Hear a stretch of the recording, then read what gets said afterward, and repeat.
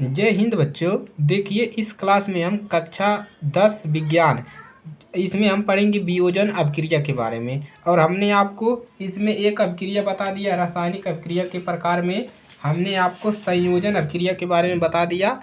और इस क्लास में हम पढ़ेंगे वियोजन अपक्रिया क्या होता है। चलिए समझते हैं इसको। तो वियोजन अपक्रिया वह अपक्रिया होती है जिसमें अगर कोई यौगिक है वो क्या होता है, छोटे छोटे टुकड़ों में टूट जाता है, उसी को क्या कहते हैं, वियोजन अपक्रिया कहते हैं। तो इसका परिभाषा कैसे लिखोगे, यहाँ पर इसका परिभाषा लिख लेते हैं पहले। तो क्या लिखिए, वह रासायनिक अपक्रिया, रासायनिक अपक्रिया, आप लोग भी साथ में लिखिए। अपक्रिया, वह रासायनिक अपक्रिया जिसमें कोई भी यौगिक, वह रासायनिक अपक्रिया है जिसमें कोई यौगिक है, जिसमें कोई यौगिक जो है, यौगिक कोई भी हो सकता है। वह रासायनिक अपक्रिया जिसमें कोई यौगिक अपने अवयवी रंगों में टूट जाता है, अपने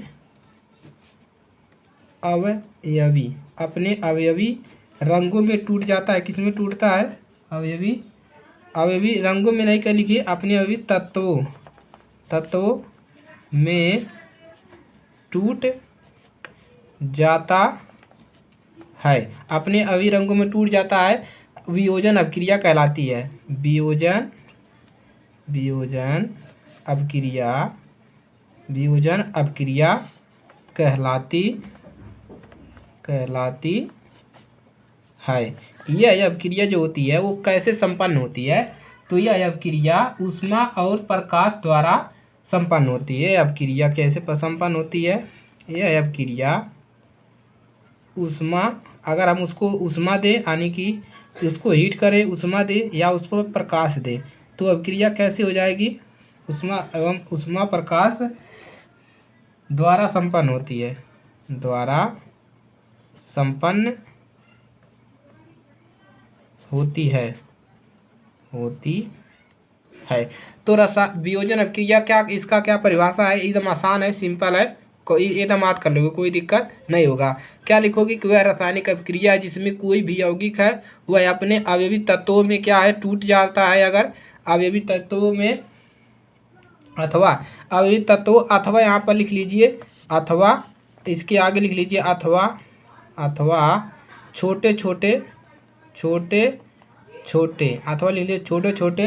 तत्वों में, सरल यौगिकों में वियोजित हो जाता है। छोटे छोटे तत्वों में टूट जाता है, अपने अवयवी अथवा छोटे छोटे तत्वों में टूट जाता है, इसी को क्या कहते हैं, वियोजन अपक्रिया कहते हैं। उदाहरण इस पर एक कर लेते हैं। चलिए उदाहरण लिखिए, उदाहरण करते हैं।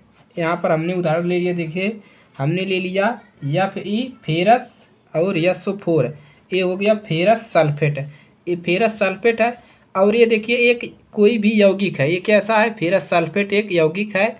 इसको अगर हम क्या दें, इसको अगर हम ऊष्मा दें, इसका ये परिभाषा यही कह रहा है कि अगर उसमें ऊष्मा दोगे इसमें, तो ये होगा छोटे छोटे यौगिकों में टूट जाएगा। तो पहले तो क्या बनाएगा, Fe2O3 बनाएगा, प्लस इसमें क्या बनाएगा, SO2 बनाएगा, प्लस SO3 बनाएगा, इतना सारा बनाएगा आपका। तो ये क्या हो रहा है, देखिए 1 2 3 भागों में, छोटे छोटे टुकड़ों में टूट गया, इसी को कहते हैं वियोजन अपक्रिया। कोई यौगिक है अगर वो छोटे छोटे टुकड़ों में टूट जा रही है तो उसको वियोजन अपक्रिया कहेंगे। आप लोगों ने पहचान लिया। अब बात करते हैं, देखिए वियोजन अपक्रिया जो होती है बच्चों, वो 2 प्रकार की होती है, तो उसको भी लिख लीजिए। तो वियोजन अपक्रिया 2 प्रकार की होती है। पहला क्या होता है, पहला आपका होता है ऊष्मी वियोजन।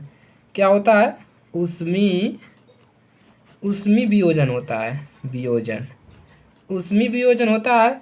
और एक होता है आपका विद्युत वियोजन। दूसरा क्या होता है, दूसरा होता है विद्युत वियोजन। और इसका परिभाषा भी आपसे पूछ लेता है, तो इसका भी परिभाषा सिंपल है। क्या है कि जब किसी पदार्थ के वियोजन की अभिक्रिया, जब कोई पदार्थ जो है यौगिक ऊष्मा देने पर होती है, यानी कि कोई भी यौगिक है ऊष्मा देने पर अगर वो पूरा हो रहा है तो उसको वियोजन यानी कि ऊष्मी वियोजन कहेंगे। और इसमें इसका परिभाषा क्या है कि वह रासायनिक अभिक्रिया में जो कोई यौगिक है अगर उसमें हम अगर विद्युत प्रवाहित कर रहे हैं तो उसी को क्या कहते हैं, विद्युत वियोजन कहते हैं। यानी कि विद्युत प्रवाहित करने पर अभिक्रिया हमको प्राप्त हो उसको विद्युत वियोजन, और ऊष्मा देने पर अभिक्रिया प्राप्त हो उसको ऊष्मीय वियोजन कहते हैं। तो ये हो गया आपका ये इसका परिवार उदाहरण भी ऐसे दे सकते हो, जैसे मान लो CaCO3 बूझा चूना है। ये क्या है, CaCO3 बूझा चूना का सूत्र है। अगर इसको ऊष्मा दोगे, क्या दोगे, ऊष्मा दोगे तो ये टूट जाएगा, CaO बनेगा प्लस CO2 बनेगा। तो ये देखिए क्या हो रहा है, ऊष्मा देने पर संपन्न हो रहा है, तो एक ऐसा हो गया ऊष्मीय वियोजन अभिक्रिया हो गई।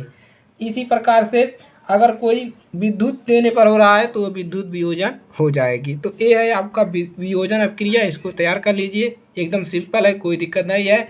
कोई यौगिक है अगर छोटे छोटे टुकड़ों में अपने तत्वों में टूट जा रहा है छोटे छोटे टुकड़ों में, तो उसको कहेंगे वियोजन अभिक्रिया हो रहा है। और ये दो प्रकार की होती है, विद्युत वियोजन और ऊष्मीय वियोजन। तैयार कर लीजिए और अपने दोस्तों के पास शेयर कर दीजिए। चैनल पर नए हैं तो सब्सक्राइब कर लीजिए। चलिए इसी के साथ मिलेंगे अगली क्लास में, तब तक के लिए जय हिंद जय भारत।